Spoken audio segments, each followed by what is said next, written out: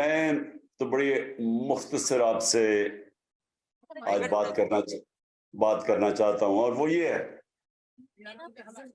कि देखिए, हर दौर के अंदर ये जंग चली है हक और बातिल की।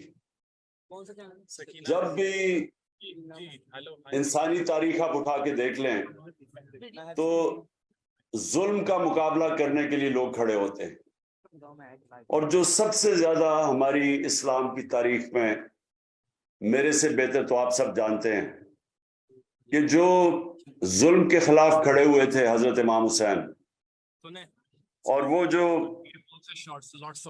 जो उन्होंने राय हक पे खड़ा होके जो इतनी बड़ी कुर्बानी दी थी, वो हमेशा के लिए मुसलमानों तो छोड़े इंसानियत के लिए उन्होंने एक ऐसा मिसाल कायम की थी कि जो माशरा जुल्म के सामने झुकता है, जो माशरा राय हक पे खड़े होने से डरता है, उस माशरे का कोई मुस्तकबिल नहीं होता।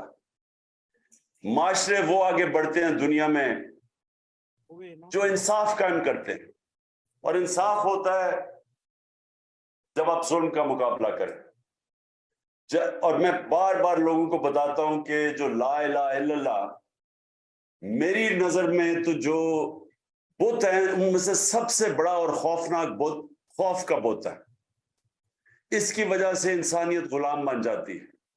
फिरौन के इंसान गुलाम बने हुए थे, हजरत मूसा उनकी मिशन थी उनको आजाद करने के लिए। जो भी अल्लाह के पैगंबर थे वो सारे इंसानियत के लिए और इंसाफ के लिए खड़े हुए थे। हजरत इब्राहिम निमरूद का मुकाबला कर रहे थे, हजरत ईसा रोमन इंपीरियलिज्म का मुकाबला कर रहे थे, और जो यहूदी उस वक्त की एलीट थी, नबी सल्लल्लाहु अलैहि वसल्लम कुरैश के सामने खड़े हुए थे जो उन्होंने जुल्म किया था। तो आज जो हर वक्त का यजीद होता है, इस वक्त भी यजीदियत है। एक जालिम इस वक्त सिस्टम आया हुआ है जो इंसानों को गुलाम बनाने की कोशिश कर रहा है। और कैसे गुलाम बनाता है? खौफ पैदा करके। जिस तरह मैं लोगों को बताता हूं कि कूफा के लोगों को पता था कि हजरत इमाम हुसैन राय हक पे हैं, लेकिन यजीद के खौफ की वजह से उन्होंने मदद नहीं की। तो आज भी खौफ तारी किया जा रहा है। एक वो लोग ऊपर मुसल्लत किए गए हैं और उनके हैंडलर्स हैं जो मुल्क के नामवर डाकू हैं, जो एनआरओ के लोग हैं, जो दूसरी दफा एनआरओ ले रहे हैं। तो जो इनके खिलाफ आवाज बुलंद करता है उनके ऊपर हर किस्म की सख्ती की जा रही है। हमारे लोगों को पकड़ा जा रहा है, धमकाया जा रहा है, मेरे ऊपर कातला हमला किया।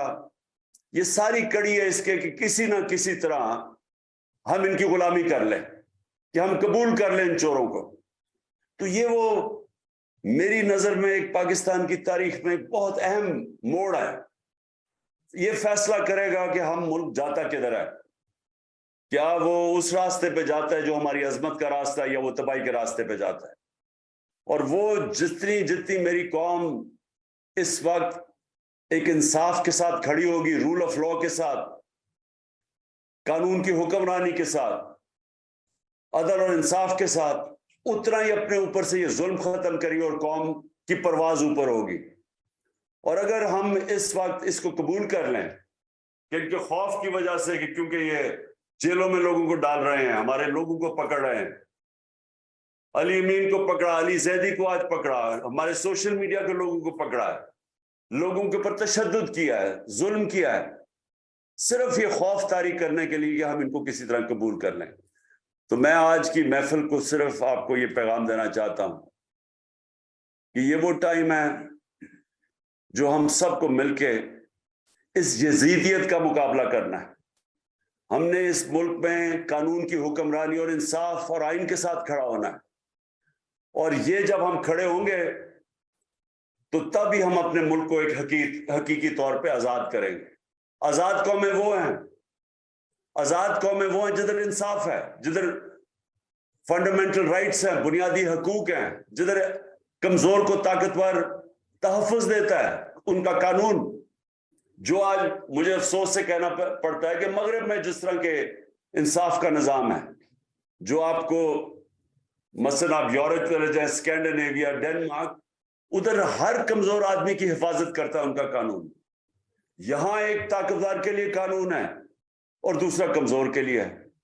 जो कमजोर है उसको इंसाफ नहीं मिलता, और जो ताकतवर है वो एनआरओ ले लेता है, चोरी करके भी वो कानून के ऊपर है। तो ये है हमारा इस वक्त की जहाद। तो मुझे पता है कि आप लोगों के अंदर तो ज्यादा जज्बा है जुल्म के सामने खड़ा होने का, ये आपकी ट्रेडिशन है, और मैं ये चाहूंगा कि आप सब मेरे साथ मिलके आने वाले दिनों में तैयारी करें और हम आजकल की यजीदियत आजकल की यजीदियत का मुकाबला करें। बहुत बहुत शुक्रिया जी। पाकिस्तान जिंदाबाद।